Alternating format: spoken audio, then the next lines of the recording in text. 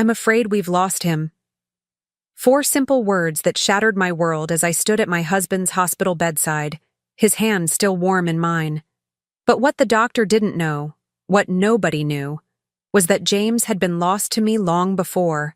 His heart gave out. The secrets I discovered in the days following his death would transform my grief into something far more dangerous. Purpose. My name is Maya Winters, and for 15 years I'd been the dutiful wife of one of Boston's most celebrated investment bankers. What I didn't know was that the entire time, I'd also been the unwitting partner in his most elaborate scheme. Reading of his will was supposed to be a formality.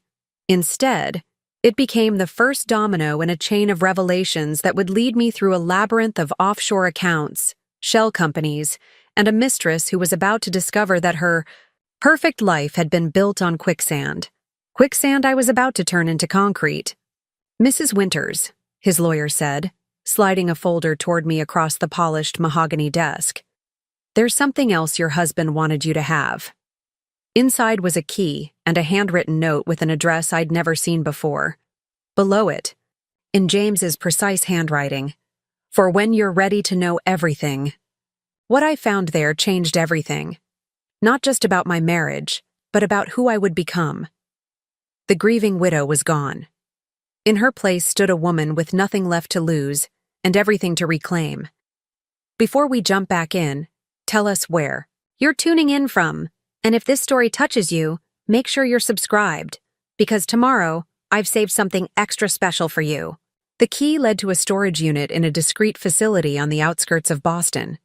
I drove there alone the day after the funeral, my black dress exchanged for jeans and a sweater, my wedding ring still on my finger. It felt strange, driving. Somewhere James had never mentioned, to unlock secrets he'd kept hidden throughout our marriage. The storage facility was nondescript, the kind of place designed to be forgotten. Unit 1542 was at the far end of a dimly lit hallway. My hands trembled slightly as I inserted the key, the lock giving way with a satisfying click that echoed in the silent corridor. What I found inside wasn't what I expected. No hidden treasures or sordid evidence of a double life. At least, not immediately apparent. Instead, the unit contained a single desk with a computer, filing cabinets lining one wall, and a small safe built into the floor. A post-it note on the computer monitor read simply, "Password, Maya Winter 2008. The year D. We met. The computer booted quickly, the password granting me access to a desktop with a single folder labeled Contingency. Inside were hundreds of files, meticulously organized and labeled. Financial records, property deeds, corporate documents, and surveillance photos. So many photos. James with people I'd never seen before. James entering buildings I didn't recognize. James in intimate conversation with a striking woman with copper-colored hair who appeared in dozens of images. I felt oddly detached as I clicked through them, as though I were investigating a stranger's life rather than unraveling the secrets of the man I'd shared a bed with for 15 years. Perhaps some part of me had always known there was more to James than he allowed me to see. The charming, brilliant investment banker who could convince anyone of anything, including me, apparently. The most recent photos were dated just 2 weeks before his heart attack. The woman with copper hair, entering what appeared to be a luxury condo building. James following 20 minutes later. Then, most shocking of all, a photo of the woman's slightly rounded belly, a small but unmistakable pregnancy. My hand froze, on the mouse. The numbness that had protected me since his death began to crack, revealing something molten underneath. A text file named "For Maya" sat at the bottom of the folder. I clicked it open.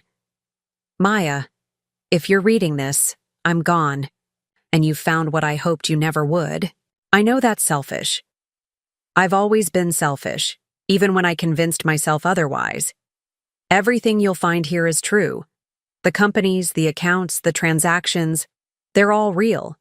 I built an empire in the shadows while letting you..." Believe we were simply comfortable.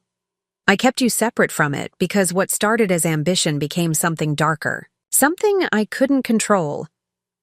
Vanessa Drake knows parts of it, but not everything. She believes she'll inherit what I promised her. She's carrying what she believes is the heir to everything I built. She's wrong on both counts. You were never just my wife, Maya.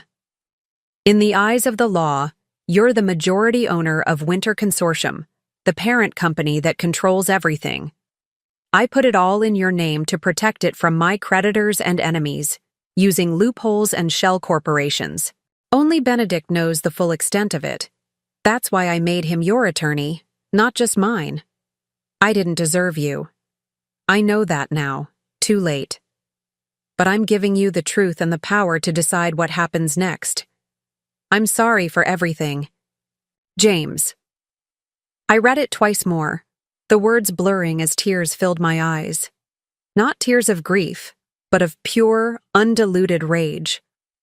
15 years of my life built on lies. A husband who had used me as a shield for his financial schemes while building a second life with another woman. And a child. James had never wanted children with me.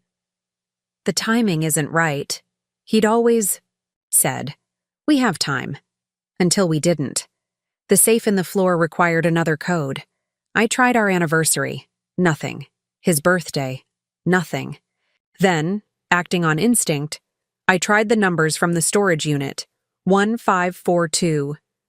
The lock disengaged with a soft hiss. Inside was a leather portfolio containing what appeared to be the complete ownership structure of Winter Consortium, with my signature on documents I had no memory of signing.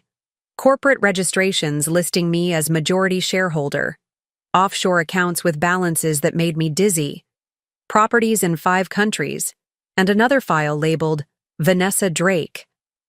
I hesitated before opening it, some part of me still clinging to the possibility that this was all an elaborate mistake, that the woman in the photos wasn't pregnant with my husband's child, that James hadn't been living a double life while I renovated our home and hosted dinner parties for his colleagues. The file contained everything. Vanessa's background, her 5-year relationship with James, the condo he had purchased for her in Beacon Hill, the position he had created for her at one of his subsidiary companies, monthly deposits into her personal accounts, medical records confirming her pregnancy, 16 weeks along when James died.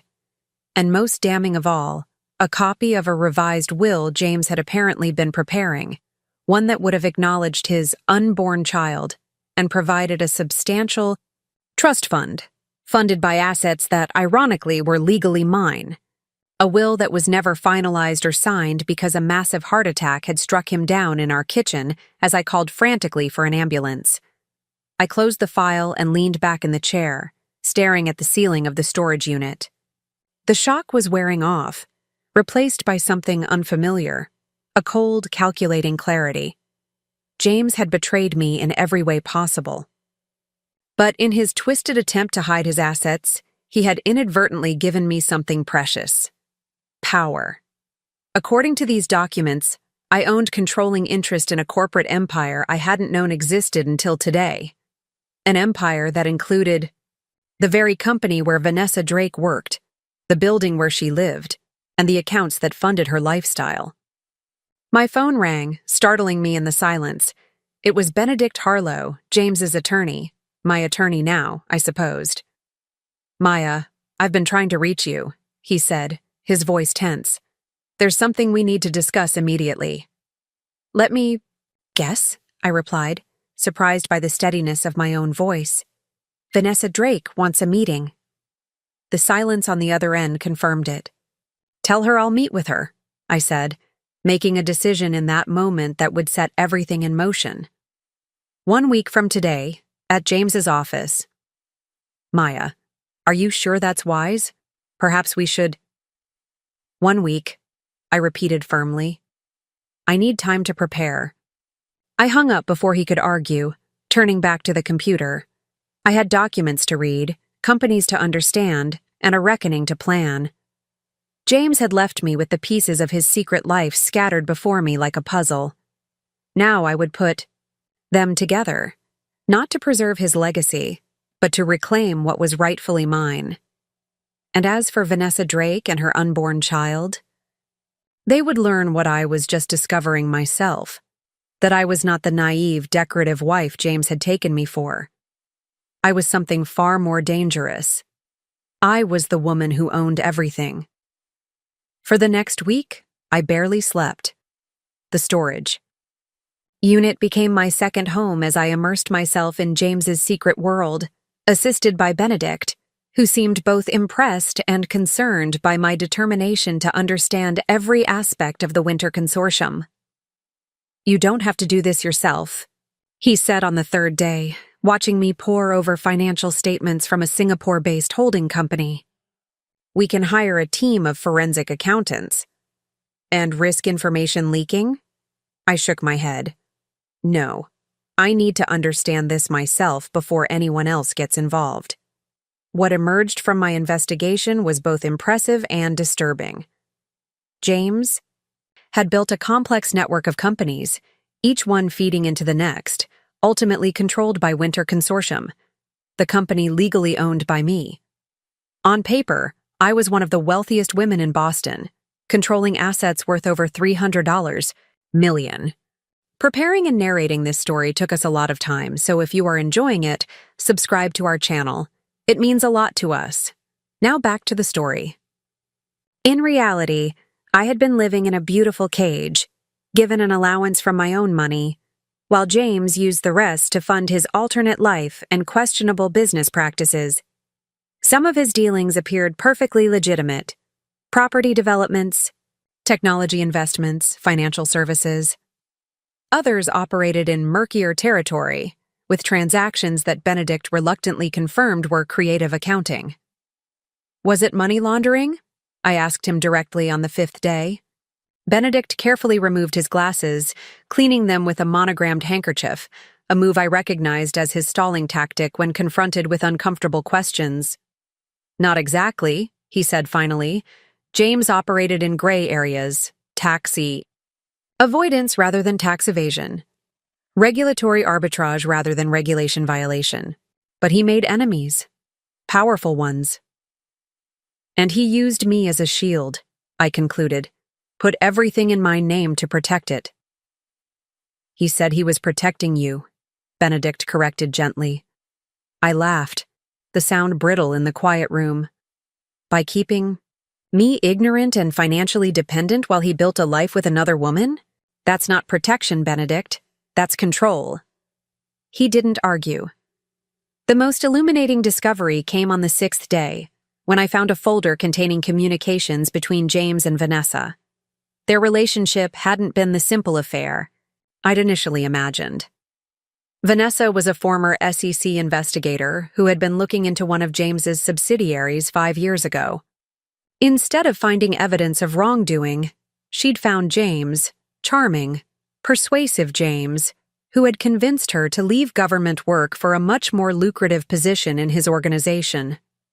Their affair had begun shortly after, though the communications suggested something more complex than romance. Vanessa had ambitions of her own, and James had promised her a pathway to achieving them, as his partner in business and life, once he'd resolved his current situation. I was the situation to be resolved. The pregnancy appeared to have accelerated their timeline. Messages from the months before James's death showed them discussing his divorce, how to minimize my settlement, and the transition of control to their new family unit once their child was born. I felt strangely calm as I read through their plans for my financial dismantling. The betrayal was so complete that it had transcended pain, leaving only cold determination in its wake. On the morning I was to meet Vanessa, I did something I hadn't done since James's death. I dressed carefully, applying makeup with precision, selecting a sleek black pantsuit that I'd worn to charity galas when playing the role of successful banker's wife. The woman in the mirror looked familiar yet different, harder around the eyes perhaps, with a set to her jaw that hadn't been there before. Benedict met me in the lobby of the downtown office building that housed the main branch of Winter Financial, the public-facing arm of James's empire. "You don't have to do this," he said for perhaps the 10th time. "I can handle Ms. Drake myself." "No," I replied simply. "She needs to see me, and I need to see her."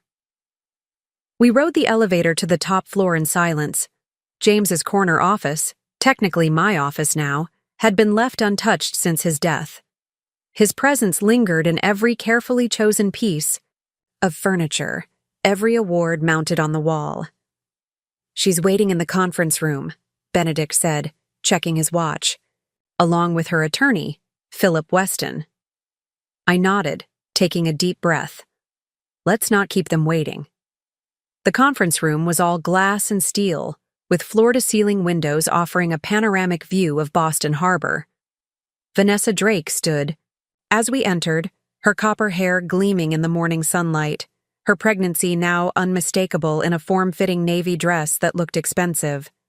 She was younger than me, early 30s to my 42, and strikingly beautiful, with the kind of confident poise that came from knowing it. The kind of woman James would have been drawn to, I thought with detached interest. My opposite in many ways. "Mrs. Winters," she said, extending her hand. "Thank you for agreeing to meet. I'm sorry for your loss." The audacity of her condolence almost made me laugh. Instead, I shook her hand briefly and took my seat at the head of the table, a position that James would have occupied. "Ms. Drake," I acknowledged, turning to the thin, nervous-looking man beside her. "And Mr. Weston, I presume." Benedict sat to my right, placing a single folder before me. We had agreed on a strategy. Let them speak first. Understand what they believed they were entitled to before revealing anything.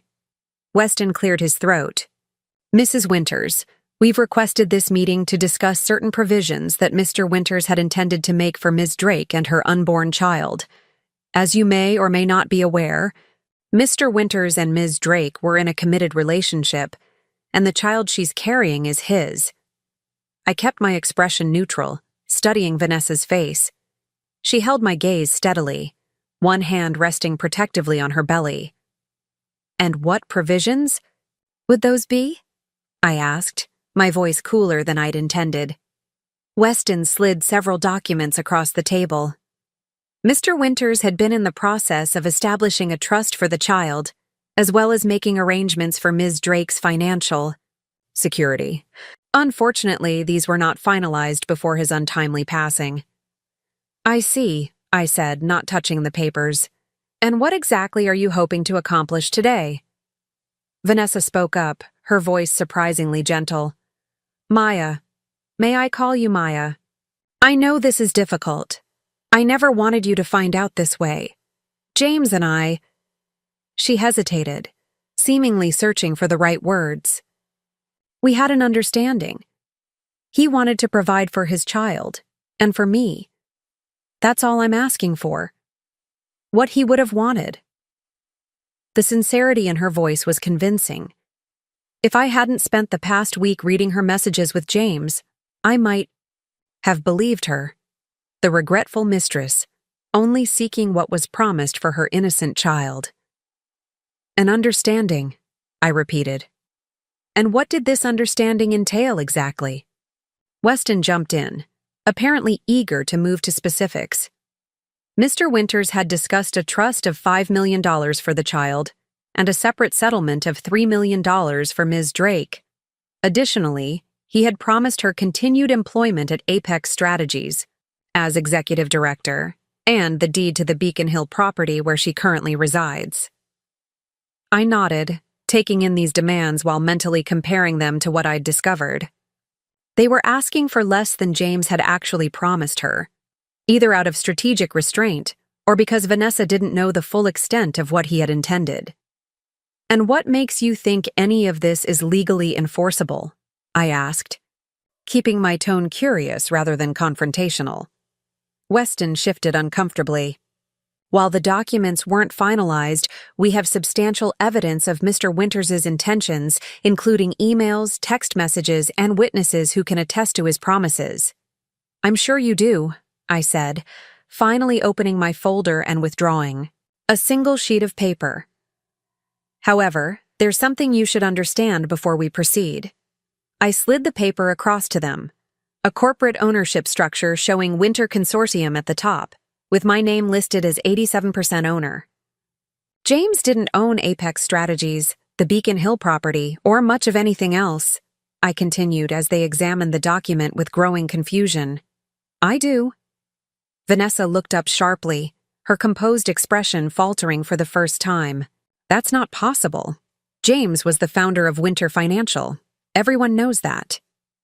Winter Financial is a subsidiary of Winter Consortium, I explained calmly. A privately held company that, according to all legal documentation, has been majority owned by me since its inception 12 years ago. Weston was frantically flipping through his own documents. This can't be right. Mr. Winters controlled all his business interests. He managed them, Benedict interjected smoothly, with Mrs. Winters' authorization, but ownership has always been primarily with her, a fact that can be verified through corporate registries and banking records. The revelation hung in the air between us. I watched Vanessa's face as she processed this information, seeing the calculation behind her eyes.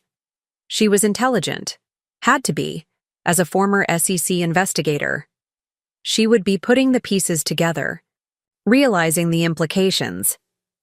Even if that's true, she said finally, her voice steady despite her evident shock, it doesn't change the fact that James intended to provide for his child. Surely you wouldn't deny your husband's baby financial security out of spite. The word hung between us, a challenge. I studied her for a long moment before responding. Tell me, Vanessa, in all your intimate conversations with James, did he ever mention what happened to our baby? Her brow furrowed. You didn't have children. Not for lack of trying, I said, surprising myself with how steady my voice remained. I was pregnant once, 8 years ago, second trimester. James was in Singapore when I started bleeding. By the time he got back, I'd lost the baby and nearly died from complications. I could see from her expression that James had never shared this with her. He told me afterward that maybe it was for the best, I continued, the memory still sharp, despite the years. That children would complicate our lives. Every time I brought up trying again or adoption, he had a reason why the timing wasn't right. Vanessa's hand tightened over her belly, a gesture that didn't escape my notice. I'm sorry for your loss, she said, and I was surprised to hear what seemed like genuine sympathy in her voice. But that doesn't change the fact that this child exists. This child is James's legacy, whether you— Legacy, I interrupted, the word bitter on my tongue. Is that what you believe this is about? Carrying on the Winters name? I withdrew another document from my folder, the results of the investigation I'd had Benedict commission the day after discovering James's secret life. Did you know that James legally changed his name before we met? I asked, watching her closely. He was born Richard James Caldwell, son of a convicted financial fraudster who died in prison. He buried that identity and reinvented himself as James Winters, the self-made financial genius. Vanessa's shock confirmed that this, too, had been kept from her. The master of secrets, my husband, controlling what each woman in his life knew about him. So you see, I continued, gentler now, there is no great Winters legacy to preserve, only a carefully constructed fiction. Weston, recovering from his initial shock, attempted to redirect the conversation. Regardless of these revelations, the fact remains that Mr. Winters made certain promises that Ms. Drake and her child are entitled to. Legally entitled? To? Benedict questioned. Based on what? unfinalized documents and verbal promises from a man who, as we're discovering, misrepresented many things. I raised a hand, silencing both attorneys. I have a proposal. All eyes turned to me. I will establish a trust for the child, $2 million, released in stages through adulthood. Reasonable and generous, given the circumstances. Vanessa's posture stiffened at the reduced amount, but I continued before she could object. As for your position at Apex Strategies, Ms. Drake, that's a different matter. I'll need to review your qualifications and performance more thoroughly before making any decisions about your professional future with my company. Your company, she repeated, a hint of bitterness creeping into her voice. Yes, I confirmed simply. And regarding the Beacon Hill property, you're welcome to continue residing there for the duration of your pregnancy, rent-free. Afterward, we can discuss a fair market sale if you're interested in purchasing it.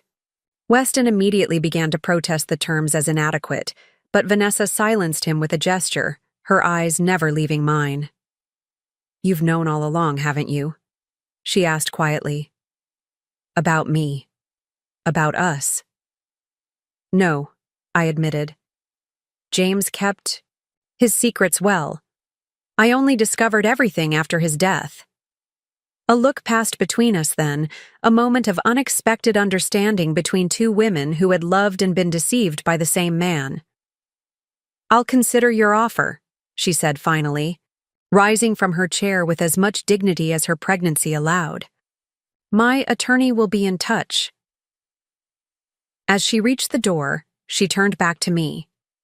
He wasn't the man either of us thought he was he? I met her gaze steadily. No, he wasn't. After they departed, Benedict sat back, loosening his tie with a low whistle. That was not how I expected this meeting to go. No? I gathered my documents, feeling strangely hollow now that the confrontation was over. I thought there would be more drama, he admitted. Accusations, tears. She seemed almost resigned. She's smart, I replied. She recognizes when she's been outmaneuvered. James played us both, but she's the one left truly vulnerable. She's pregnant, without the future she was promised. And you're just going to help her, after what she did? I considered the question as I stared out at the harbor, watching the boats cutting through the blue water below. She didn't know I existed as anything more than an inconvenient wife, I said finally. James was the one who made vows to me, not her, and that child. I paused, thinking of the baby I'd lost, the family I'd never had. That child is innocent. Benedict looked at me with something like admiration. You're a better person than most would be in your situation. I smiled, but there was no warmth in it. Don't mistake practicality for nobility, Benedict. I'm giving Vanessa and her child enough to live comfortably, but not enough to ever challenge me. And tomorrow. Tomorrow? He prompted when I didn't continue. Tomorrow, I start learning how to run my company. The news that Maya Winters had taken control of Winter Consortium sent ripples through Boston's financial community. For years, I had been viewed as simply the elegant wife of James Winters, present at galas and charity functions, but otherwise invisible in the business world. Now, suddenly, I was revealed as the majority owner of one of the city's most significant private financial empires.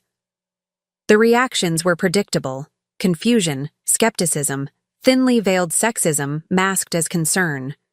Questions about my qualifications, my intentions, my emotional state so soon after my husband's death.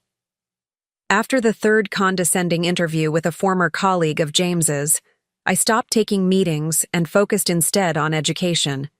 I hired the best financial advisors, corporate attorneys, and forensic accountants, made them sign ironclad confidentiality agreements, and tasked them with teaching me everything I needed to know about James's, my business empire. I was a quick study, with an analytical mind that surprised even the most skeptical of my new mentors. "You have a natural aptitude for this," admitted Elaine Chen, the stern financial analyst who had initially questioned my ability to understand complex investment strategies. "If you'd been allowed into the business years ago, you might have saved your husband from some of his riskier decisions." Allowed. The word stung, though Elaine hadn't meant it as a criticism of me. It was simply the truth. James had deliberately kept me ignorant of his business dealings, presenting it as protection while using me as a legal shield for his activities. 3 months after James's death, I was working 16-hour days, sleeping, in the guest room of our Beacon Hill home because the master bedroom still held too many memories. I was existing on coffee and determination, learning the intricacies of international finance, corporate governance, and the specific industries in which Winter Consortium held interests. I was also discovering just how precarious some aspects of the business were. James had made enemies, powerful people who believed he had cheated them, regulators who had been watching certain subsidiaries for years, former partners who had been pushed out when they became inconvenient. "Mrs. Winters?" My assistant, Emma, newly hired and fiercely efficient, appeared at my office door. "Ms. Drake is here to see you." I glanced at the clock. Nearly 8 in the evening, well past regular business hours. "Did she have an appointment?" "No, ma'am. She says it's urgent." I hesitated, then nodded. "Send her in." Vanessa entered, now noticeably more pregnant than when I'd last seen her 3 months ago. She wore a simple black maternity dress, her copper hair pulled back in a sleek ponytail, her face free of makeup. She looked tired, I noticed. The kind of bone-deep exhaustion I recognized from my own mirror. "Maya," she said, forgoing formality.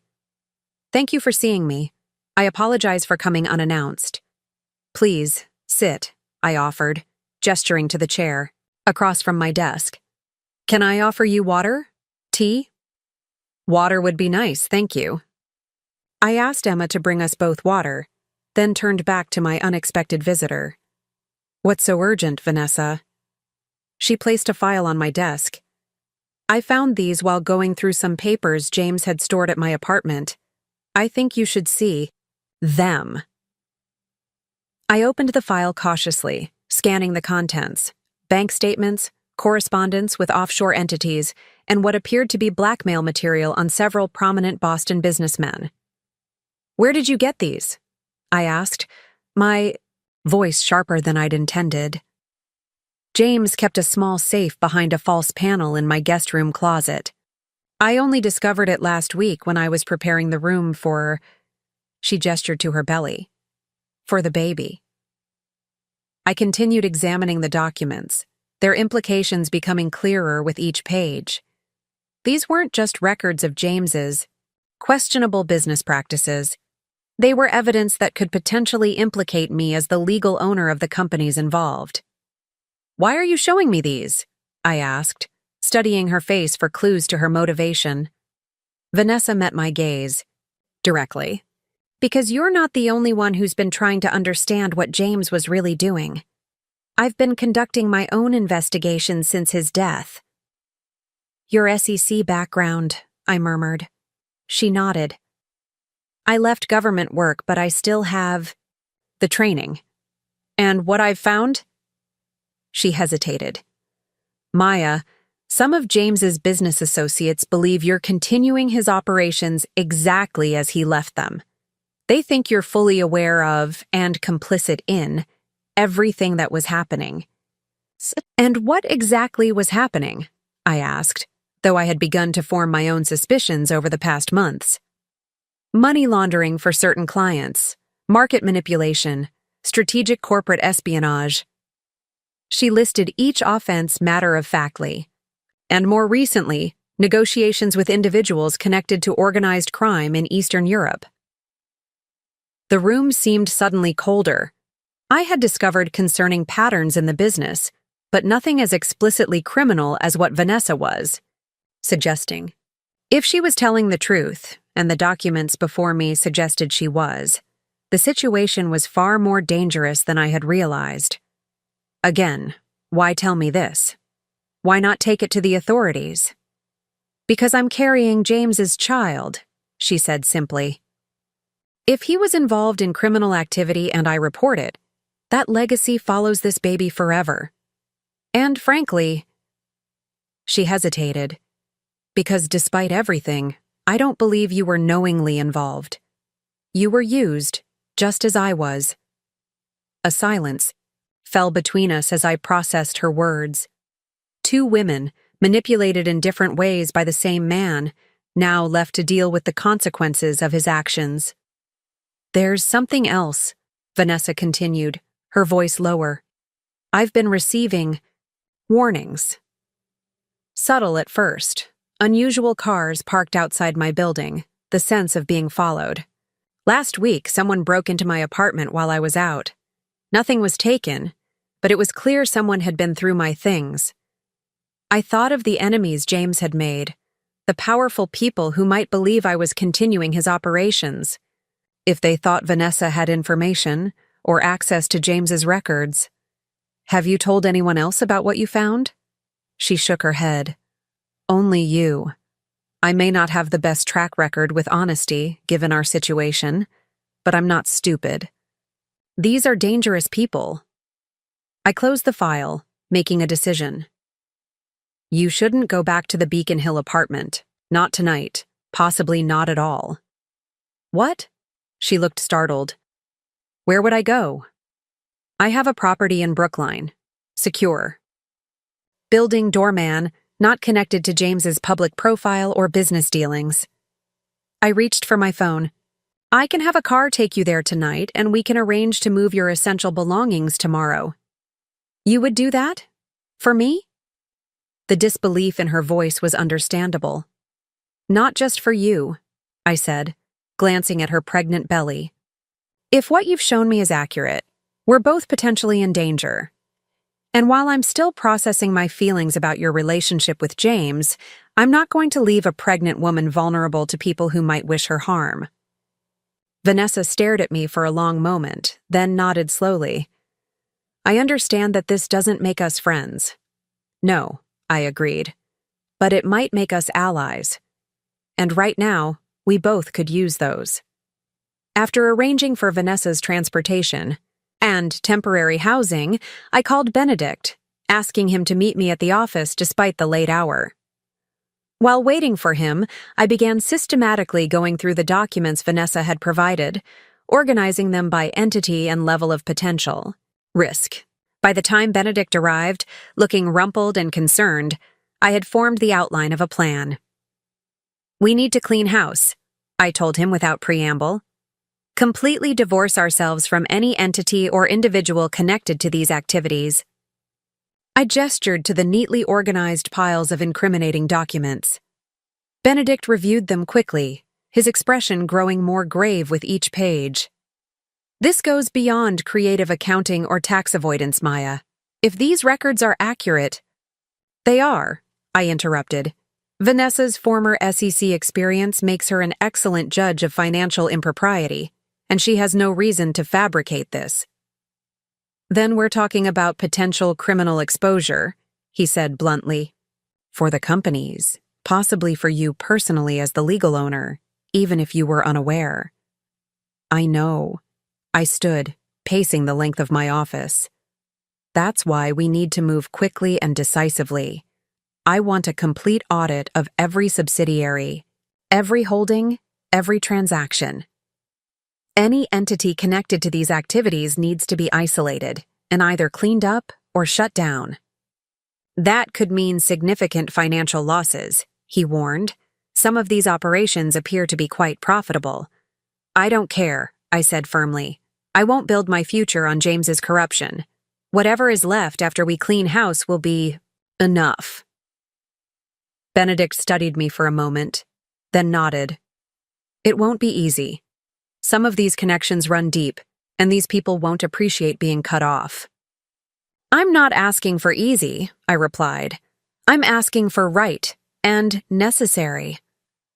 "What about Vanessa and her information?" he asked. "If she decides to go to the authorities—" "She won't," I said, with more confidence than I felt. "At least not immediately. She's concerned about how it would affect her child's future, and she's scared. Apparently, she's been receiving threats." Benedict frowned. "That's concerning. If James's associates believe she has incriminating information—" "I've moved her to the Brookline property for now," I informed him. "It's secure and unlisted." He raised an eyebrow but didn't comment on my decision to protect the woman who had been my husband's mistress. Instead, he focused on the practical aspects of our situation. "We'll need a specialized team for this kind of cleanup operation. People we can trust absolutely, with expertise in international finance, corporate law, and possibly even security." "Whatever it takes," I agreed. "But we start now." That night marked the beginning of a new phase in my transformation. No longer was I simply learning to run the legitimate aspects of James's business empire. Now I was actively working to purge it of corruption, to remake it into something I could be proud of. It was also the beginning of an unexpected alliance with Vanessa Drake, a woman I had every reason to hate but found myself reluctantly respecting. Her analytical skills and insider knowledge of certain aspects of James's operations proved invaluable as we worked to identify and isolate the problematic elements of the business. For 2 months, we operated in what felt like a state of siege. Vanessa remained in the Brookline property, working remotely and communicating with me through secure channels. I hired a private security firm to protect us both, their presence a constant reminder of the potential danger. The cleanup process was painful and expensive. Several profitable subsidiaries had to be shut down entirely when we discovered their business models were built around facilitating money movement for questionable clients. Others required complete restructuring, with new management and rigorous compliance protocols. Each move we made sent ripples through Boston's financial community. Former associates of James attempted to contact me, some with thinly veiled threats, disguised as concern, others with offers to help manage the transition in ways that would have maintained the corrupt status quo. I declined every offer, every meeting. The only people I trusted now were those I had personally vetted and hired, and, surprisingly, Vanessa. "They're getting nervous," she told me one evening as we reviewed financial reports in the secure conference room I'd established for our work, especially Viktor Petrov and his associates. Petrov was a name that had appeared repeatedly in our investigation, a Russian businessman with connections to both legitimate enterprises and shadowy criminal organizations. James had apparently facilitated several major investments for him through offshore structures designed to obscure the money's origins. "We've closed 3 subsidiaries that handled his accounts," I noted, "and frozen the assets in 2 others pending compliance review." Vanessa absently rubbed her growing belly, a habit she'd developed in recent weeks. At 7 months pregnant, she looked exhausted, the stress of our situation compounding the physical demands of her pregnancy. "Petrov isn't someone who accepts losses gracefully," she warned, "and he believes you're continuing James's operations with new terms, not shutting them down." "How do you know what he believes?" She hesitated. "I have contacts from my SEC days, people who keep tabs on individuals like Petrov. He's been asking questions about you." A chill ran through me. "What kind of questions?" "The kind that suggest he's trying to understand whether you're a threat or a potential ally. So far, he's giving you the benefit of the doubt, assuming you're just asserting your position before continuing business as usual." "And when he realizes that's not happening?" Vanessa met my gaze directly. "Then we should both be very careful." As if to validate her warning, the next morning brought news that one of the subsidiaries we'd closed had experienced a mysterious fire overnight, destroying its physical offices and some of its records. Though thankfully, we had already secured digital copies of everything important. "Coincidence?" Benedict asked when I called him with the news. I don't believe in coincidences anymore, I replied. Increase security at all our primary locations, and check on the Brookline property. Make sure the security there is airtight. 2 days later, I received a hand-delivered envelope containing a single black and white photograph. Me, entering my office building, clearly taken the previous day. No note, no threat, just the knowledge that I was being watched. I showed it to Benedict, who immediately wanted to involve law enforcement. And tell them what? I countered. That someone took my picture in public? That we suspect, but can't. Prove that a former business associate is unhappy with our corporate restructuring? Maya, this is clearly an intimidation tactic. I know, and responding with panic is exactly what they want. I place the photograph in my desk drawer. We continue as planned, but we accelerate the timetable. That evening, I visited Vanessa at the Brookline property, bringing her a secure laptop with the latest findings from our audit team. She opened the door looking pale and tired, one hand supporting her lower back. You should be resting, I said, noticing how she winced as she moved back to allow me entry. Hard to rest when you're carrying a bowling ball that kicks your ribs, she replied with a wry smile. And harder still when you're waiting for Russian criminals to figure out you're helping dismantle their favorite money laundering operation. Despite everything, I found myself smiling at her dark humor. In another life, under different circumstances, we might have been friends, both strong-willed, analytical women with little patience for nonsense. I've accelerated our timetable, I told her, setting up the laptop on the dining table that had become her makeshift office. We're closing or selling the remaining compromised entities within the next 2 weeks. She raised an eyebrow. That's aggressive. What prompted this? I showed her the photograph I'd received. She studied it, her expression hardening. They're escalating, she observed quietly. Have there been other signs? A fire at one of the closed subsidiaries. Probably to destroy evidence, though we already had everything important. Vanessa handed the photograph back to me. Maya, when this is over, when we've cut all ties to Petrov and his ilk, you need to understand something. They won't simply accept it and move on. People like that don't lose gracefully. What are you suggesting? That I maintain criminal operations out of fear? No, she said firmly. I'm suggesting you prepare for retaliation, professional, personal, possibly both. I thought of James, who had built this precarious house of cards, then left me to deal with its collapse. Had he known how dangerous some of his associates were? Had he cared? I'm already taking security precautions, I assured her. It may not be enough. She hesitated, then continued. When I was with the SEC, I saw what happened to people who crossed certain lines, then tried to walk away.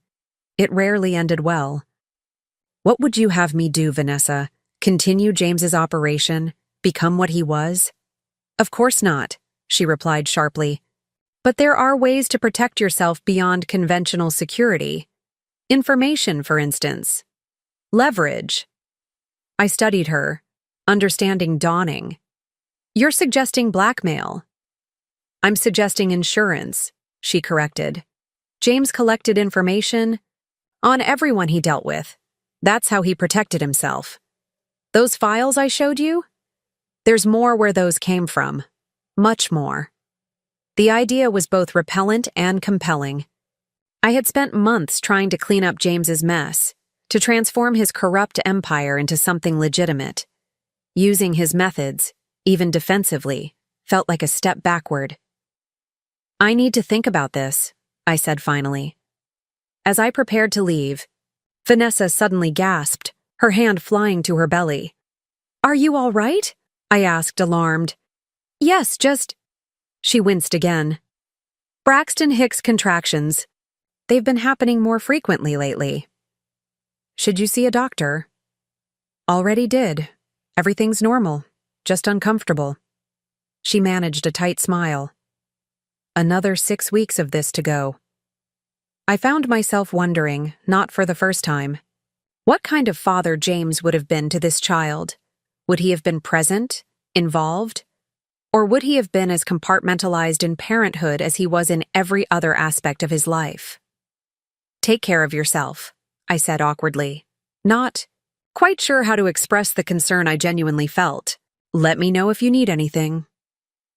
As I left the Brookline property, a silver sedan pulled away from the curb across the street.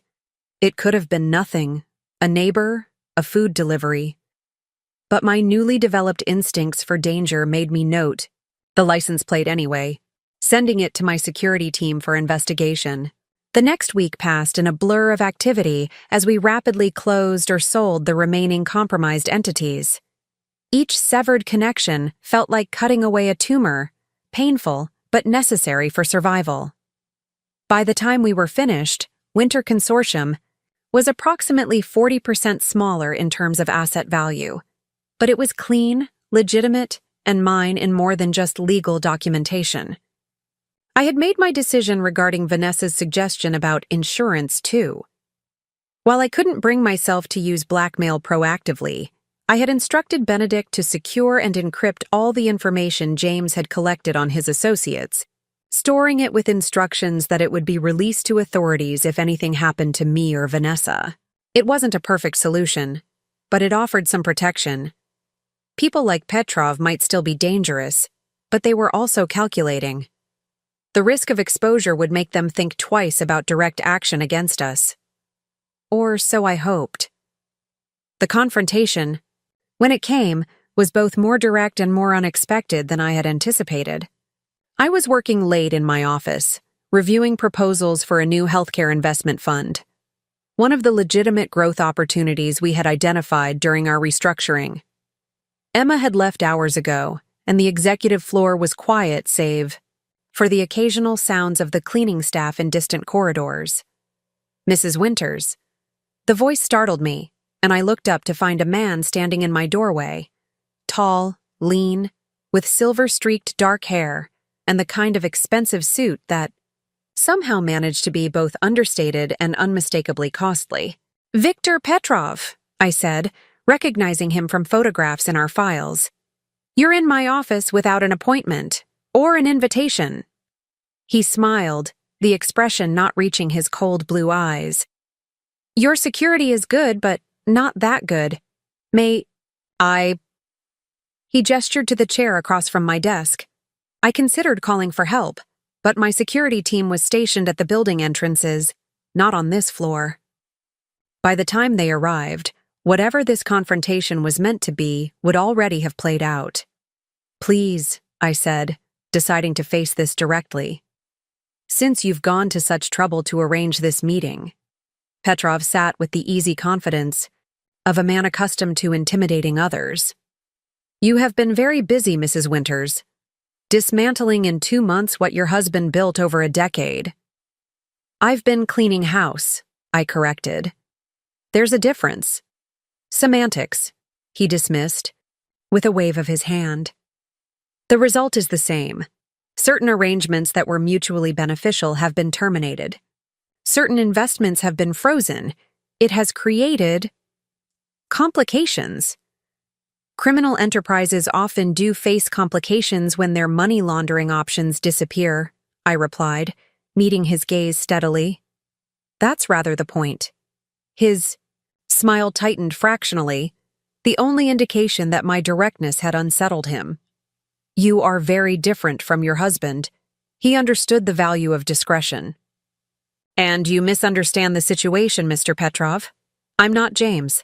I'm not negotiating terms for continuing your arrangements. I'm informing you that they're over." He leaned forward slightly, his posture subtly more threatening. "Perhaps you do not fully appreciate the position you are in. Your husband accumulated many obligations, commitments that do not simply disappear because he did. Any legitimate obligations have been or will be honored," I said firmly. "Anything else died with James." Petrov studied me for a long moment, clearly reassessing his approach. "You have acquired James's information archives," he said finally. including materials relating to many of his associates. This gives you a certain leverage. So he knew about the files. Interesting, but not entirely surprising. James's network had many interconnections, and information traveled. I've secured information pertinent to Winter Consortium's operations, I confirmed carefully, as any responsible executive would during a transition.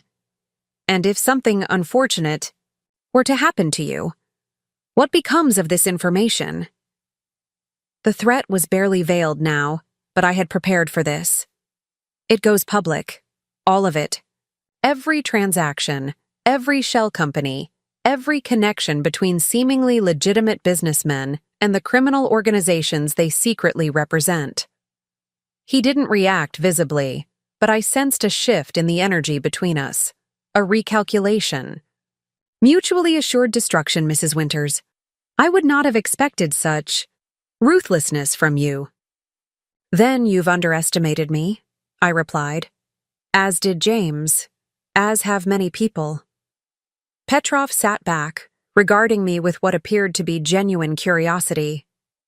You could have continued your husband's operations, maintained his agreements, enjoyed the considerable profits.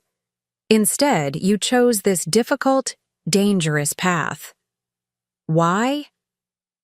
The question seemed sincere, which was perhaps the most unsettling thing about this entire encounter. This man, this criminal, truly couldn't understand why someone would choose legitimacy over profitable corruption. Because I want to build something real, I said simply.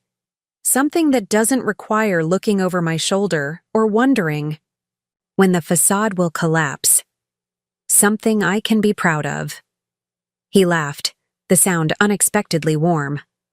Ah, pride. A luxury in our world, Mrs. Winters. Not in mine, I countered. Not anymore. Petrov rose, adjusting his immaculate suit. Very well. You have made your position clear, as have I. We find ourselves at an impasse, you with your information, me with my resources. Perhaps it is best if we maintain a respectful distance from each other. I would prefer that, I agreed cautiously. He moved toward the door, then paused. One last thing, Mrs. Winters. Your husband's mistress, Ms. Drake. She has been quite helpful to you in this house cleaning. My blood ran cold. The fact that he knew about Vanessa's role confirmed my fears about how closely we had been watched. Ms. Drake's situation is not your concern, I said, keeping my voice level. Of course. His smile was cold again. I merely find it interesting. The wife protecting the mistress. Americans are so unpredictable. After he left, I immediately called the security team, confirming that they had no record of Petrov entering the building, a concerning failure in our protocols. Then I called Vanessa, relieved when she answered immediately. We need to move you, I said without preamble. Tonight. What's happened? She asked, instantly alert. Petrov paid me a visit. He knows you've been helping me, knows your location. There was a brief silence. I'll start packing. No, just grab essentials. Leave everything else. A security team. We'll be there in 20 minutes to bring you to a new location. This time, I didn't use any property connected to Winter Consortium. Instead, I had Benedict arrange for a secure apartment in Cambridge, owned through multiple layers of shell. Companies, ironically using the very structures James had created for less legitimate purposes. The next morning, I met with Benedict and our security team to revise our protective measures. Petrov made his point, I told them. He can reach us if he wants to. The question is whether he will. I'm betting the information we have is enough to keep him at bay, at least for now. And long-term? Benedict asked. Long-term, we need to be completely disconnected from anything that would interest him or his associates. We're already well on our way to that goal. 2 weeks later, with no further incidents, I allowed myself to believe we might have reached a detente with Petrov. Winter Consortium was now operating fully above board, focusing on legitimate investments in healthcare, sustainable energy, and technology.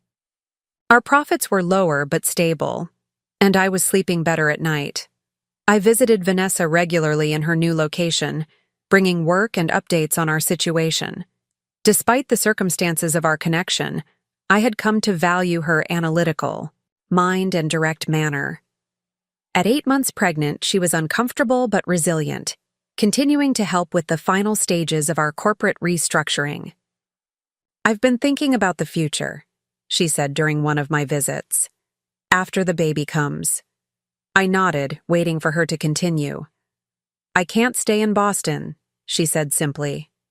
"There are too many connections, too many risks, and I want my child to have a normal life, not one shadowed by James's mistakes." "Where will you go?" I asked, surprised by the pang of something like regret I felt at the thought of her leaving. "West Coast, probably. I have some contacts in Seattle's financial industry. I could start over there, use my SEC background to find legitimate work." I considered this. "Would you be interested in continuing to work for Winter Consortium? Remotely, of course. We could establish a Seattle office, focusing on tech investments. Your skills would be valuable." She looked surprised. "You'd want that? After everything?" "Strange as it seems, I trust you," I admitted. "You've proven yourself in the most difficult circumstances imaginable. That's rare." Vanessa was quiet for a moment. "I'll think about it," she said finally. "Thank you for the offer." 2 days later, I received an urgent call from Vanessa's security detail. She had gone into labor prematurely at just over 35 weeks and had been transported to Massachusetts General Hospital. By the time I arrived, she had already been in labor for 4 hours. The security team had established a perimeter, checking hospital staff IDs and monitoring access to the maternity floor. I was escorted directly to her room. Vanessa looked exhausted, her face pale with pain as she worked through a contraction. "You didn't need to come," she managed when the contraction eased. "Of course I did," I replied, surprising myself with how much I meant it. "Is everything all right with the baby?" "They say yes, just eager to arrive. Small but developed enough that they're not concerned." I stayed with her through the remainder of her labor, an unexpected role I never could have imagined myself in a year ago. When James's daughter was born shortly after midnight, a tiny, perfect creature with a dusting of copper hair like her mother's, I found myself moved in ways I hadn't anticipated. "Lily," Vanessa whispered, holding her newborn daughter. Her name is Lily. I watched them together, this new life untouched by all the complications and darkness that had preceded her arrival. Lily would never know her father, never understand the complex circumstances of her birth. Perhaps that was a mercy. In the days that followed, I arranged for additional security at the hospital and began preparations for Vanessa and Lily's eventual relocation to Seattle. Benedict secured a property there, a comfortable house in a good neighborhood, with excellent schools nearby, and established the promised Seattle office of Winter Consortium. 2 weeks after Lily's birth, with mother and daughter both healthy and cleared for travel, I accompanied them to a private airfield where a chartered plane waited to take them to their new life. "I've accepted your job offer," Vanessa told me as we stood beside the plane. "I'll start when Lily is 3 months old." "No rush," I assured her. "Take the time you need with her." She nodded, then hesitated. "Maya." "Thank you. For everything. Most women in your position would have—" "Most women haven't been through what we have," I interrupted gently. "Sometimes shared adversity creates stronger bonds than shared good fortune." Vanessa smiled, adjusting Lily in her arms. "A philosopher now, too? Running a financial empire and studying wisdom in your spare time?" I laughed, the sound surprising me with its genuineness. "Hardly. Just lessons learned the hard way." We said our goodbyes, and I watched as they boarded the plane that would take them to their fresh start. As the aircraft lifted into the clear blue sky, I felt a curious mixture of emotions: relief, hope, and something like closure. James was gone, but his legacy remained, transformed by the choices Vanessa and I had made in the aftermath of his deception. Where he had built a house of lies, we had salvaged what was valuable and discarded the rest. Where he had created division and betrayal, we had forged an unlikely alliance. 6 months later, Winter Consortium had completely reinvented itself. Our healthcare fund was outperforming market expectations. Our technology investments, including several directed by Vanessa, from the Seattle office, were showing promising early returns. And our reputation in the financial community had shifted from suspicious to respected. Viktor Petrov and his associates remained at a distance, our uneasy truce holding. Occasionally, I would notice someone watching me, or receive an indirect message suggesting that certain individuals were monitoring our progress. But no direct threats materialized, and as time passed, even these subtle reminders of our precarious situation became less frequent. On the anniversary of James's death, I visited his grave for the first time since the funeral. The headstone was simple: his name, the years of his life, nothing more. No beloved husband or dedicated father. No platitudes about his character or achievements. I placed a single white rose on the grave, not out of lingering affection, but as a symbol of the peace I had finally made with my past. "You underestimated me," I said softly to the silent stone.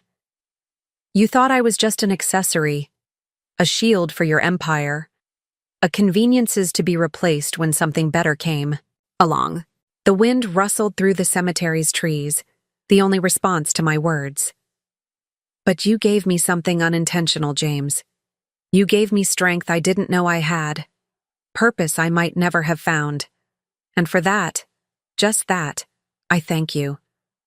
As I walked away, my phone buzzed with a message from Vanessa.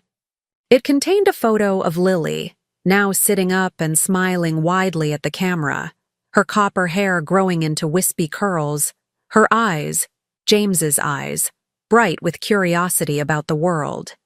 "She's thriving," the message read. "As are we both." I smiled, typing a quick response before slipping my phone back into my pocket and continuing toward my car. Behind me, James's legacy rested in cold ground, his secrets buried with him. Before me lay the future he never intended me to have, a future I had built from the ruins of his deception, stronger and more honest than anything he had created. And somewhere across the country, his daughter grew and flourished, protected by the unlikely alliance between his wife and his mistress, two women who had refused to be defined by his betrayal, who had forged something valuable from the wreckage he left behind. It wasn't the ending any of us had anticipated, but perhaps, in its own way, it was justice after all. 2 years after James's death, Winter Consortium had not only stabilized, but was thriving under my leadership. The Seattle office, headed by Vanessa, had become our fastest-growing division, specializing in technology investments and ethical financial innovations. Lily was a toddler now, taking her first steps and babbling her first words in a world far removed from the shadows of her father's legacy. I had settled into my role as CEO with a confidence that surprised even those who had initially supported me. The skepticism and condescension that had greeted my assumption of control had gradually given way to grudging respect, then genuine admiration. Business publications that had once questioned my qualifications now featured profiles highlighting the remarkable transformation of Winter Consortium under my leadership. From shadowy financial empire to transparent industry leader, one headline proclaimed, though of course none of these articles knew just how shadowy the empire had truly been. I still maintained the security measures we had implemented during those dangerous early months, though they had become more discreet over time. Viktor Petrov and his associates had gradually faded from our radar, finding other channels for their activities as we had hoped. Our insurance, the carefully preserved evidence of their operations, remained secure but untouched. On a crisp fall morning, as I reviewed quarterly projections in my office, Emma appeared with an envelope. "This was hand-delivered," she said, her expression concerned. "The courier wouldn't say who sent it." I opened it cautiously, half expecting another threatening photograph or message. Instead, I found an invitation to an exclusive economic forum in Zurich the following month. At the bottom, a handwritten note: "Your perspective would be valuable. VP, Viktor Petrov." After nearly 2 years of silence, a direct communication, I called Benedict immediately. "What do you make of this?" I asked after explaining the invitation. "It could be legitimate," he said cautiously. "Petrov does maintain a public persona as a respected international businessman. Economic forums are part of that image." "Or it could be a trap," I countered. "Get me isolated in a foreign country, away from our security infrastructure." "That too," he acknowledged. "Though killing or harming a prominent American CEO would create more problems than it would solve for someone like Petrov." I studied the invitation again. It seemed genuine. The forum was real, with recognized participants from global financial institutions. Attending would be a significant opportunity for Winter Consortium to establish itself in international circles. "I want a complete security assessment," I decided, "and contingency plans for every possible scenario. If I go, we leave nothing to chance." After extensive preparation and multiple security consultations, I found myself in Zurich 1 month. Later, accompanied by an expanded security team and Benedict, who had refused to let me attend alone. The forum was being held at a historic hotel overlooking Lake Zurich, with tight security and a carefully vetted guest list. I spotted Petrov immediately during the opening reception, commanding attention in the center of a group of European bankers, his silver-streaked hair and impeccable suit exactly as I remembered. He saw me too, excusing himself from his conversation, and approaching with the confident stride of a man accustomed to controlling every room he entered. "Mrs. Winters," he greeted me, extending his hand. "I'm pleased you accepted my invitation." I shook his hand briefly. "I was curious about your motives, Mr. Petrov." He smiled, the expression more genuine than I remembered from our last encounter. "Direct as always. Perhaps we could speak privately. The terrace is quite pleasant this time of evening." Benedict, hovering nearby, caught my eye with a concerned look. I gave him a subtle nod of reassurance. "The terrace would be fine," I agreed, "for a brief conversation." The terrace overlooked the illuminated city and dark waters of the lake, the evening air crisp but not uncomfortable. Security cameras monitored the area, and I knew both my team and the forum's security staff were keeping watch. Small comforts, but necessary ones. "You have accomplished quite a transformation," Petrov remarked, gesturing with his champagne glass toward the forum inside. "Winter Consortium is spoken of with respect in circles where it was once mentioned with skepticism." "That was the goal," I replied simply, "though I doubt you invited me to Switzerland to complement my business acumen." He laughed softly. "Perhaps I did. Contrary to what you might believe, Mrs. Winters, I respect what you've built. It takes courage to dismantle a profitable enterprise and rebuild it legitimately, especially when facing obstacles." "Obstacles like you?" I suggested. "Among others," he acknowledged. "You handled those obstacles with remarkable skill. No panic, no misguided attempts at retaliation. Just calm, strategic action." I studied him, trying to discern his true purpose. "Again, Mr. Petrov, flattery seems an insufficient reason for this meeting." He turned to face me directly. "I have a proposition for you. A legitimate one," he added, seeing my expression. "I am diversifying my own interests, moving toward more conventional enterprises." "Why? The other kind seemed quite profitable." Profit isn't everything, he said, surprising me. Sustainability matters too. Security, legacy. He paused, looking out over the lake. I'm not a young man anymore, Mrs. Winters. I've built an empire of my own, but much of it exists in shadows. I find myself increasingly interested in creating something that can endure in the light. I couldn't help but laugh. And you want my advice on how to launder your reputation rather than just your money? His expression remained serious. I want a partnership. Winter Consortium has established itself in sectors I wish to enter legitimately. Healthcare, sustainable energy. You have the expertise and, more importantly, the credibility I need. You can't be serious, I said, though his expression suggested he was exactly that. After everything that happened in Boston, you expect me to enter a business relationship with you? Not based on trust, he clarified. Based on mutual interest, and with complete transparency. Any venture we undertake would be subject to the highest levels of compliance oversight, independent auditors, regulatory review, whatever assurances you require. I shook my head in disbelief. Why me?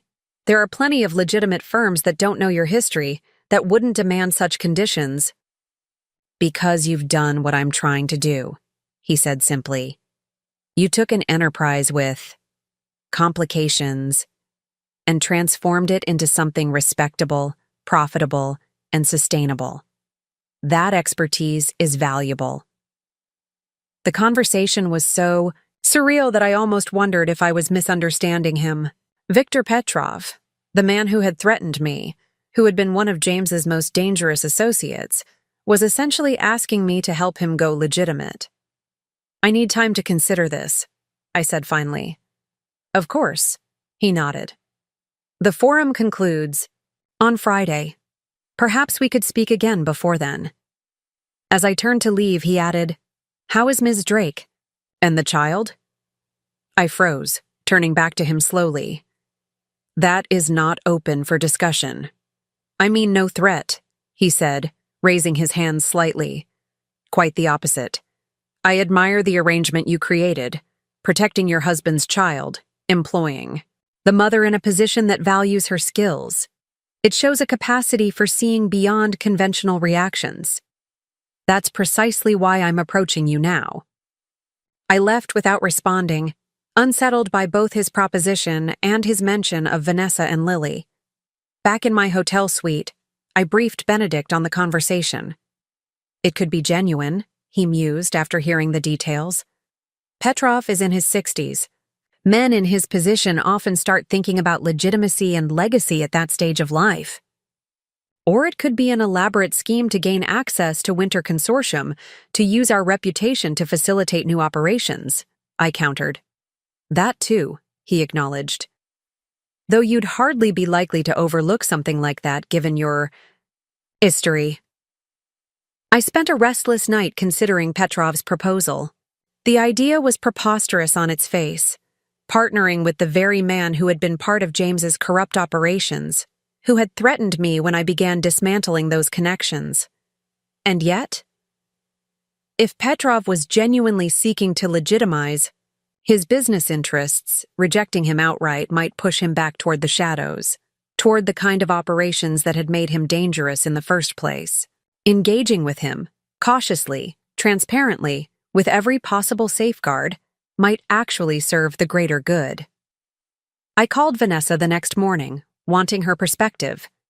We had developed a relationship of unusual honesty over the past 2 years, born of our shared experience navigating the aftermath of James's deception. He approached you directly? In Zurich? She sounded concerned, the background noise suggesting she was at the Seattle office. Yes, with what seems to be a legitimate business proposition. What's your instinct telling you? I considered the question carefully. That he's sincere about wanting legitimacy, but that doesn't make him trustworthy. The two aren't the same thing. No, they're not, she agreed. But if he's serious about operating above board, having someone like you involved might actually ensure that happens. Someone who knows what to watch for, who won't be fooled by creative accounting or regulatory evasion. You almost sound like you're suggesting I consider it, I said, surprised. I'm suggesting you explore it carefully, she clarified, with every possible protection in place, including maintaining our insurance policy. After further consultation with Benedict and Winter Consortium's security advisors, I agreed to a second meeting with Petrov. This time, we met in a conference room at the forum venue, with Benedict present and recording devices openly placed on the table between us. I appreciate your thorough approach to security, Mrs. Winters, Petrov remarked, eyeing the recording equipment without apparent concern. It's not personal, Mr. Petrov. It's good business practice, I replied. Now, let's discuss the specifics of what you're proposing. Over the next 2 hours, Petrov outlined his vision, a joint venture focused on healthcare infrastructure in Eastern Europe, with Winter Consortium providing expertise and reputation, and Petrov contributing capital and regional connections. He presented market analyses, regulatory considerations, and projected financials, all of which were impressively thorough. All funds would come from my legitimate holdings, he emphasized, subject to complete forensic accounting review before entering the venture. All regional partners would undergo enhanced due diligence, and the entire operation would maintain transparency exceeding regulatory requirements. Why healthcare specifically? I asked, still searching for hidden motives. An aging population in the region creates significant demand, he explained. And unlike some industries, healthcare offers the opportunity to create something unquestionably beneficial. Hospitals, clinics, care facilities, infrastructure that improves lives while generating sustainable returns. It was a compelling vision, I had to admit. And the markets he was describing were indeed underserved, with genuine need for the kind of development he was proposing. If, and this remains a significant if, we were to consider some form of limited partnership, I said carefully, it would require extraordinary measures to ensure compliance and transparency, including measures that might seem intrusive or excessive by normal business standards. Petrov nodded. I anticipate no less. In fact, I would insist on such measures myself. The value of this venture to me is not just financial return, but the establishment of a verifiably legitimate operation. Benedict and I exchanged glances. His skeptical expression had gradually shifted to cautious interest as the presentation progressed. We'll need to conduct our own market analysis and background research, I informed Petrov. This isn't a decision I can make here in Zurich. Of course, he agreed readily. Take whatever time you need. The opportunity will remain open. Back in Boston, I assembled a specialized team to evaluate Petrov's proposal. Financial analysts, compliance experts, security consultants, and regional specialists with knowledge of Eastern European healthcare markets. Their task was to examine the proposition from every angle, identifying potential risks, hidden agendas, and legitimate opportunities. Simultaneously, I had another team conducting enhanced due diligence on Petrov himself, his known associates, and his legitimate business holdings. This investigation went far beyond standard background checks, drawing on specialized resources to create the most complete picture possible of the man and his operations. 6 weeks later, the findings were presented in a comprehensive report. The market opportunity was genuine. The need for healthcare infrastructure in the regions Petrov had identified was significant and growing. His legitimate holdings were substantial enough to fund the venture without questionable sources. And most surprisingly, he appeared to be gradually unwinding connections to his more shadowy activities, a process that had begun even before his approach to me in Zurich. It seems he may be sincere, concluded Dr. Eleanor Harris, the former World Bank executive who had led the evaluation team. Though sincerity doesn't eliminate risk, of course. I turned to our head of security, a former intelligence operative named Michael Chen. Your assessment? Petrov is making a significant transition, Chen confirmed. Our sources indicate he's been extracting himself from certain associations for approximately 18 months. Not without friction, but with apparent determination. Recommendations? I asked, looking around the table at the assembled experts. Proceed with extreme caution, Harris suggested. A pilot project, perhaps, limited in scope and heavily monitored, with clear benchmarks for compliance and transparency. And multiple exit strategies, added Chen, with triggers defined in advance for terminating the relationship if certain red lines are crossed. I considered their input, along with the detailed reports before me. The opportunity was compelling from a business perspective. The potential positive impact on underserved communities was significant, and the ability to influence Petrov toward legitimate operations could have far-reaching benefits beyond this specific venture. But the risks were equally substantial. Petrov's history, the potential for hidden agendas, the reputational risk, to Winter Consortium if anything went wrong, all were serious considerations. I scheduled a video conference with Vanessa, sharing the findings and seeking her perspective before making a final decision. The data supports his claims, she acknowledged. After reviewing the reports, and the structure you're considering has significant safeguards. But, I prompted, hearing the reservation in her voice. But people like Petrov have built careers on appearing to be one thing while being another, she said.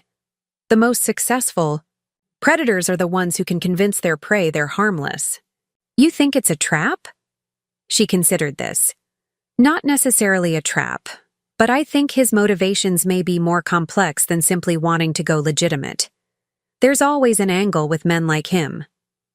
What would you do? I asked directly. I'd proceed, she said after a moment's consideration, but I'd maintain absolute vigilance, and I'd make sure our insurance policy remains intact and updated. The next day, I contacted Petrov with our decision. Winter Consortium would enter, a limited joint venture, focused on a single pilot project, a modern medical complex in a mid-sized city in Romania. The agreement would include unprecedented levels of compliance oversight, including independent auditors with unrestricted access, regulatory coordination, beyond required minimums, and clear benchmarks for performance and governance. You drive a hard bargain, Mrs. Winters, Petrov remarked during our video conference, though he seemed more amused than offended by the stringent conditions. These aren't negotiating points, Mr. Petrov. They're prerequisites. I understand. He nodded. And I accept them fully. When can we begin? The Romania Medical Center project launched 3 months later, with groundbreaking attended by local officials, healthcare professionals, and a small delegation from both Winter Consortium and Petrov's legitimate holding company. I attended personally, as did Petrov, our first meeting since Zurich. A new beginning, he remarked as we stood watching the ceremonial first shovel break ground, for this community and perhaps for our enterprises as well. If all goes according to plan, I replied cautiously. It will, he assured me. I have too much invested in this success, and I don't mean merely financial capital. Over the following 18 months, the Romania project progressed with remarkable smoothness. Construction met or exceeded benchmarks, financial governance remained impeccable, and compliance reviews found nothing concerning. Petrov's behavior as a partner was surprisingly straightforward, professional, transparent, and focused on legitimate business objectives. Gradually, cautiously, we expanded the joint venture to include 2 additional projects in neighboring countries, each with the same rigorous oversight and clearly defined parameters. Each successful completion built a track record that began to suggest Petrov's transformation might be genuine.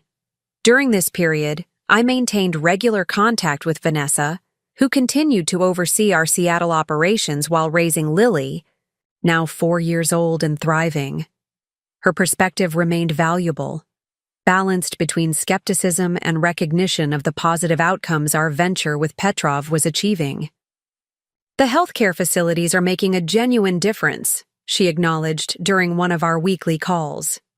Whatever his original motives, the results are benefiting thousands of people who previously lacked access to modern medical care.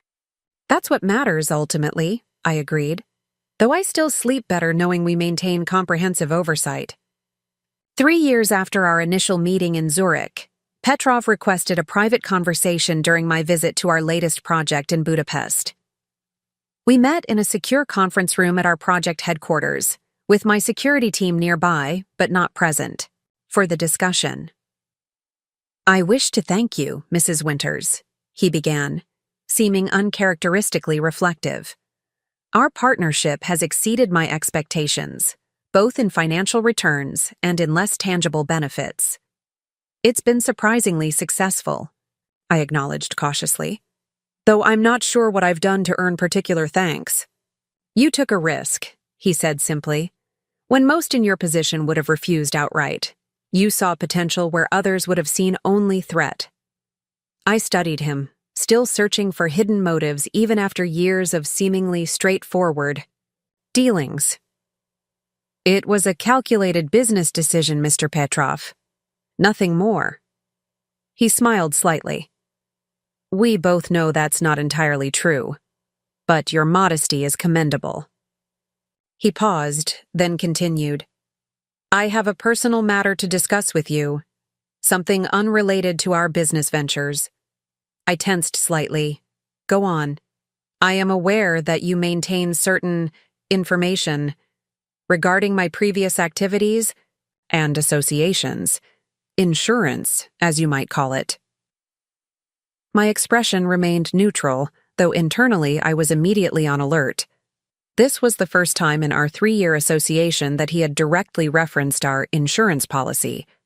"That information remains secure," I said carefully, "and untouched, as our relationship has given me no reason to consider using it." "I appreciate that," he nodded. "And I am not asking you to destroy it or return it. Such a request would be unreasonable and would undermine the trust we have built." "Then what is it you want to discuss?" He leaned forward slightly. "I am considering a more complete transition. Breaking remaining ties with certain associates who continue to operate in ways I no longer wish to be connected with." I raised an eyebrow, surprised by this revelation. "That sounds potentially dangerous, given the nature of those associates." "Indeed," he acknowledged, "which is why I am preparing extensive protective measures, including the strategic disclosure of certain information to appropriate authorities. Information that would make any action against me more costly than beneficial for these individuals." I began to understand where this was going. "And you're telling me this because your insurance policy might suddenly become more valuable or more dangerous, depending on what is revealed and to whom," he explained. "I wanted to give you advance notice, so you could take whatever precautions you deem necessary." The implications were significant. If Petrov was indeed planning to expose elements of his former network to authorities, the information we held could become evidence in potential prosecutions, or a target for those seeking to prevent such exposure. "When?" I asked simply. "Within the next 6 months," he replied. "The preparations are complex and must be coordinated precisely." I nodded slowly. "Thank you for the warning. I'll make appropriate arrangements." As I left the meeting, I felt an odd sense of history repeating itself. Once again, I was working to protect information related to James's corrupt dealings, preparing for potential repercussions from dangerous people. But this time, the circumstances were fundamentally different. I was acting from a position of strength and knowledge, not the vulnerability of unexpected discovery. Back in Boston, I convened a meeting with Benedict and our security team, sharing Petrov's revelation and discussing our response. We implemented enhanced protection for our secured data, updated contingency plans, and subtly increased security for key personnel, including Vanessa and Lily in Seattle, though I chose not to alarm them with the specific details. 5 months later, the news broke. A coordinated international law enforcement operation had resulted in the arrest of several prominent figures in Eastern European organized crime and financial fraud. Viktor Petrov was mentioned not as a target, but as a cooperating witness who had provided crucial evidence. As the details emerged in subsequent weeks, it became clear that Petrov had indeed made a complete break with his past, offering authorities a comprehensive map of operations he had once been part of in exchange for immunity and protected witness status. The joint ventures we had established remained intact, now overseen by a trust structure Petrov had created in anticipation of his cooperation with authorities. Our projects continued to operate successfully, providing healthcare services to communities that desperately needed them while generating sustainable returns for investors. Petrov himself disappeared from public view, presumably into some form of witness protection program. The last communication I received from him was a handwritten note delivered through secure channels. The transformation is complete. Thank you for your part in making it possible. VP. Our insurance policy. The information James had collected, and we had preserved, was never needed as leverage against Petrov. Instead, copies of relevant portions were provided to authorities as supporting evidence, while the originals remained secure, a relic of a chapter in my life that seemed increasingly distant. 5 years after James's death, Winter Consortium had evolved into something entirely different from the empire he had built. Legitimate, transparent, and focused on investments that generated both financial returns and positive social impact. The Romania model had expanded to other regions, creating a healthcare division that had become our fastest-growing segment. Vanessa continued to lead our technology investments from Seattle, where Lily was now in elementary school, a bright, curious child who knew me as Aunt Maya, a family friend who visited regularly. The complexity of our connection remained a secret we would someday have to address, but for now, it seemed wiser to allow Lily a childhood uncomplicated by her father's legacy. On a spring morning, I stood on the observation deck of our newest medical facility in Prague, watching as patients entered the building below. Each person represented a life potentially improved by access to care they previously couldn't obtain. A tangible, positive outcome from a journey that had begun with betrayal and deception.